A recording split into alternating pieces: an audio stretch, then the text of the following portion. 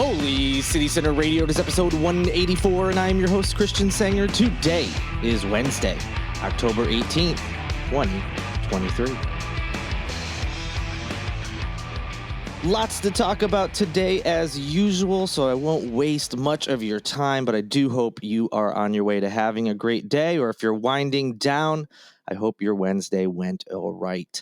So first, real quick, just some fun things I was able to do around town. Actually, just one thing that I'll be talking about today, which was on Sunday. As you know, I record episodes a day before, so I recorded the episode on Sunday for Monday and then went out and did something. So that's why these events tend to be spoken about on the episode after you think I would talk about them. Not that anyone cares, but I went to a show at the North Charleston Performing Arts Center. It was Steve Martin and Martin Short, which I believe I did mention on the last podcast. I was very excited to see the show. They were supposed to be here in 2019, but had to cancel for some reason. And then obviously, I think something happened in the couple years after that delayed shows. I don't know. Something seems to be sticking in my head. But obviously, with things getting back to normal now after the pandemic, we've had so many great shows come through. And this was one that I was very excited to see announced earlier this year and quickly bought tickets.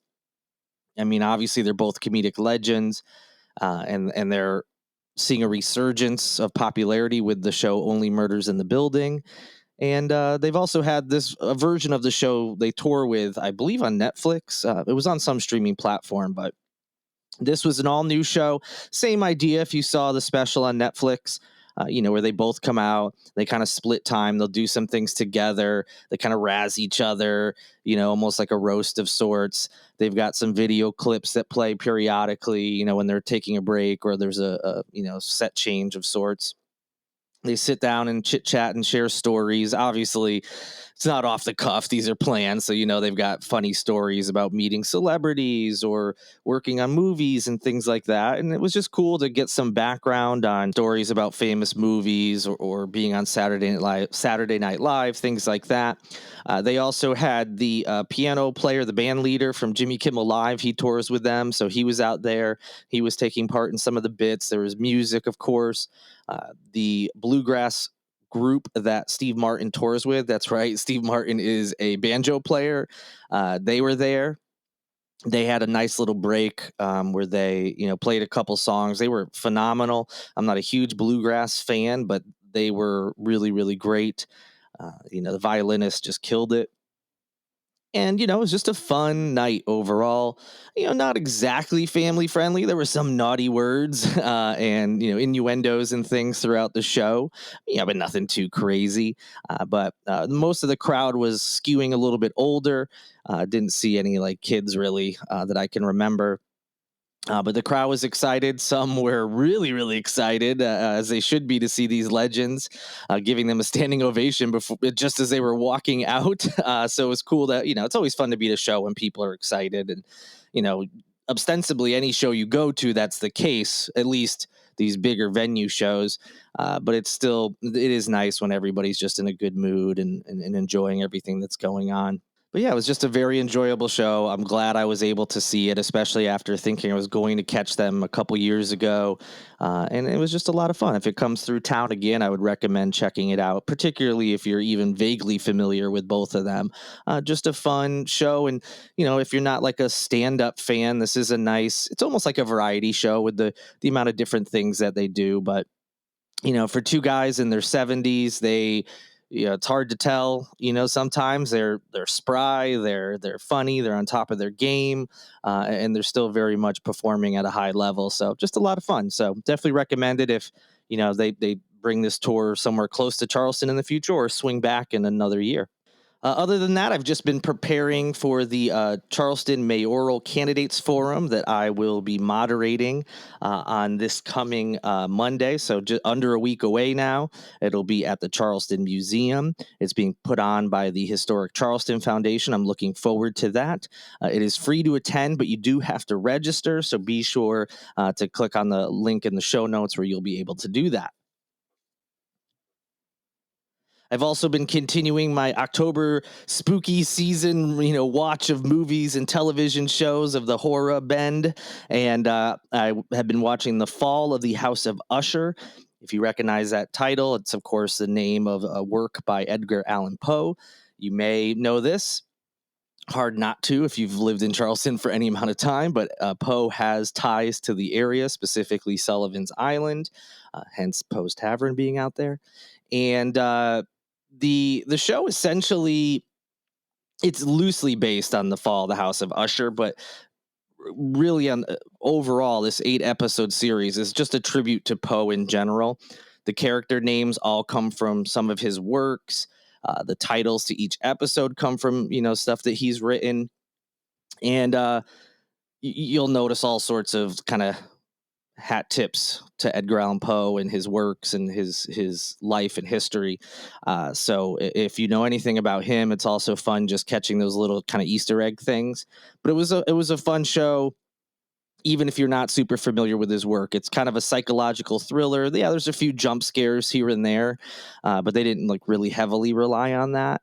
There's a lot of social commentary at times, especially in the last couple episodes. It could be a little heavy-handed, but I think for the most part they handled it well. And the acting is really, really good. I didn't even recognize Mark Hamill. Yes, Luke Skywalker is in this, and I didn't even recognize him at first.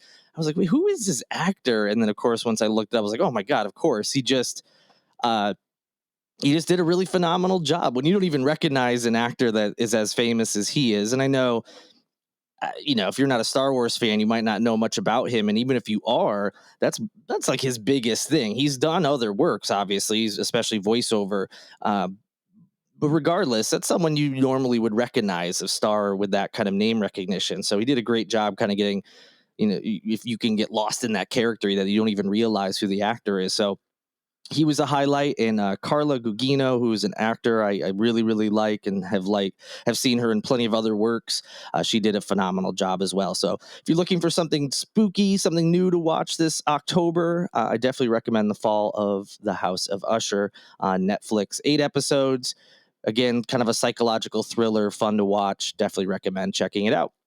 But enough about me. Let's get on to news regarding the city. I'm going to talk about the Charleston County School Board of Trustees, but it's a little bit different than normal. Normally, I'm railing against the board, especially those Moms for Liberty back candidates, but this story is actually more focused on Dr. Eric Gallien. A special called meeting, which has been dreaded words that we've heard was in regards to this board. Another one was called, and on the agenda, it referenced something along the lines of accepting a resignation of Dr. Gallien, but also kind of alluding to a settlement. So people were wondering, okay, did they offer him some kind of severance? And did he just decide, you know what, all this crap I've been going through is not worth it? As usual, the board was not exactly forthcoming with providing any other details. So it was unclear at first what was happening, but we got more details today. Now, you're listening to this on Wednesday or later. I'm recording this on Tuesday afternoon. Who knows what'll have changed by the time you hear this, but as of this recording, it was breaking news a little bit earlier this afternoon that apparently Dr. Gallien was going to resign from the position, and what other details there were to that as far as settlement and things, who knows, but he has changed course. So apparently he sent a letter to the Board of Trustees on Tuesday announcing he was withdrawing his proposal to leave the district. Now, Tuesday was the day that they were having this special called meeting where they were going to consider, and let's be honest, unless there was some ridiculous request that he was making, the board was obviously going to approve it because the Moms for Liberty back candidates have been trying to get rid of him since they hired him, and obviously they would have accepted it. But now he's decided to withdraw his proposal to leave the district, which just makes me wonder, okay, is this meeting still going to go on? Are they going to vote to get rid of him? Who knows? You just never know what this board's going to do or how they're going to try to twist this. So who knows? Again, this could all be resolved and figured out by the time you hear it. And if so, I apologize, but this is what was happening as of the recording. The letter itself was dated on Monday, and Dr. Gallien notified his attorney of his decision to rescind the proposal, stating he is deeply conflicted and continues to struggle with the recent decision. He said that he has decided to rescind the offer, and it's coming on the heels of conversations with his family and medical advisors who expressed concern regarding how this process may affect his health moving forward. That was part of his consideration, but appears after conversations with them, thinking that the path forward is to stick it out and try to remain in this role. Dr. Gallien wrote, quote, "The more I've reflected on this matter, the more I recognize the deep bond I share with our community and how this decision was made without fully considering the implications it may have on the community and, most importantly, our scholars," end quote. Now, I won't go super deep into this. We've talked about a lot. You, of course, if you want to recap, pretty much the last handful of episodes have all covered this in some capacity. But Dr. Gallien's contract began on July 1st. However, the board soon after placed him on paid administrative leave, less than 90 days on the job on September 25th. Now, he was placed on leave pending the outcome of an internal investigation after a district employee complained of a hostile work environment. In the letter to his attorney, Gallien said his mother was moved to tears at a recent community luncheon by, quote, "the overwhelming of love, support, hope, and encouragement," end quote, that they received. So it appeared that, if you're Dr. Gallien facing, well, really just those 5 members of the board and just the headaches he's had to do in these first few months, I could understand him being like, what is the point? This is rigged against me. They don't want me here. If this is how it's going to be right off the bat, fighting me at every turn, trying to get, suspend me, trying to remove me, is it worth it? Well, I think, when you're facing people like that, it's easy to think everyone's against you. But apparently, seeing the support he has in the community has changed his mind and helped him realize, no, the majority of people actually want him in this role, support him, and think he deserves, at worst, a fair shake. There may be some people who are worried about whatever, involving policies he may bring here. But most people are fair and think he deserves a chance, and he hasn't been given that fair chance yet. So we'll see what happens. The board was set to consider his original proposal to separate from the district during that special called meeting that was set for 5:30 p.m. on Tuesday. Again, as I'm recording this before that time, I don't know what happened. So I will update you on that, of course, on Friday's episode. In addition to this whole thing, we still have a pending lawsuit out there that Dr. Gallien filed against the district that alleged that policies and the school board of trustees have hampered his ability to effectively do his job, which seems pretty clear as day is what's been happening. After the word came out that there was a special called meeting for Tuesday, community members and some school board members gathered on Monday night and continued to question the decisions those 5 Moms for Liberty-backed candidates on the board have made in recent weeks. Gallien's legal team has notified the school board of his decision to rescind the proposal, as I mentioned, but the school board itself has not yet made a public statement about the letter. Again, that was as of this recording. Updates to follow. I need to maybe move these episodes, because with these special called meetings and things that they keep announcing, it's always on a day I'm recording, so I'm always a little behind the actual news. I may have to take that in consideration. I didn't think the school board would be making so much news as they have been, but I'll get you the news better late than never. Speaking of the story that just won't go away and has no signs of slowing down, Alec Murdaugh back in the news. The convicted double murderer has a bid for a new trial, and it has actually cleared its first hurdle. The South Carolina Court of Appeals has granted Murdaugh's motion, which alleged jury tampering by Charleston County Clerk of Court Becky Hill. The motion is to suspend his conviction appeal and order a hearing on the allegations. You may remember this as well. We talked about this a couple months back. There's some questions and allegations from Murdaugh's team about jury tampering, and so it is moving forward. That doesn't mean anything has been vacated yet. He hasn't been granted a new trial. There's many, many steps to go, but that first step has been passed, and it's working its way. Now, of course, Murdaugh, you remember, was convicted back in March of killing his wife Maggie and his son Paul, who were shot to death on June 7th, 2021 at the family's dog kennels on their estate known as Moselle. The case will now return to a circuit court where Murdaugh's attorneys plan to file a motion requesting a new trial. The order comes just 1.5 months after his attorneys, Jim Griffin and Dick Harpootlian, filed a motion requesting that the appeal be stayed and remanded to the lower court due to alleged jury tampering by Hill. Hill, who is in her first term as a clerk of court, has been accused of improperly influencing the jury that convicted Murdaugh by orchestrating the removal of a juror who she believed was not convinced of his guilt, encouraging the jurors not to believe Murdaugh's testimony, and denying jurors smoke breaks during deliberations. That last part seems to really neither be here nor there, but okay. The allegations came to light after Hill, who gained a measure of celebrity following the closely watched trial, put out a self-published memoir called Behind the Doors of Justice. So, she certainly has brought some attention to herself. Like many people, even vaguely associated with this whole drama and trial, have tried to have their day, 15 minutes of fame and cash in. And that's what's led to these allegations. No evidence has been publicly released. Of course, these are just allegations, and we will see what happens as the court plays out. But yes, believe it or not, the first step to a possible, well, I don't want to speculate, but the first step towards some kind of change or retrial or something is on its way for Alec Murdaugh. All right, lastly, you may have heard of the Carolina Reaper. It's a pepper that has been dubbed the hottest in the world. Well, that is no longer the case.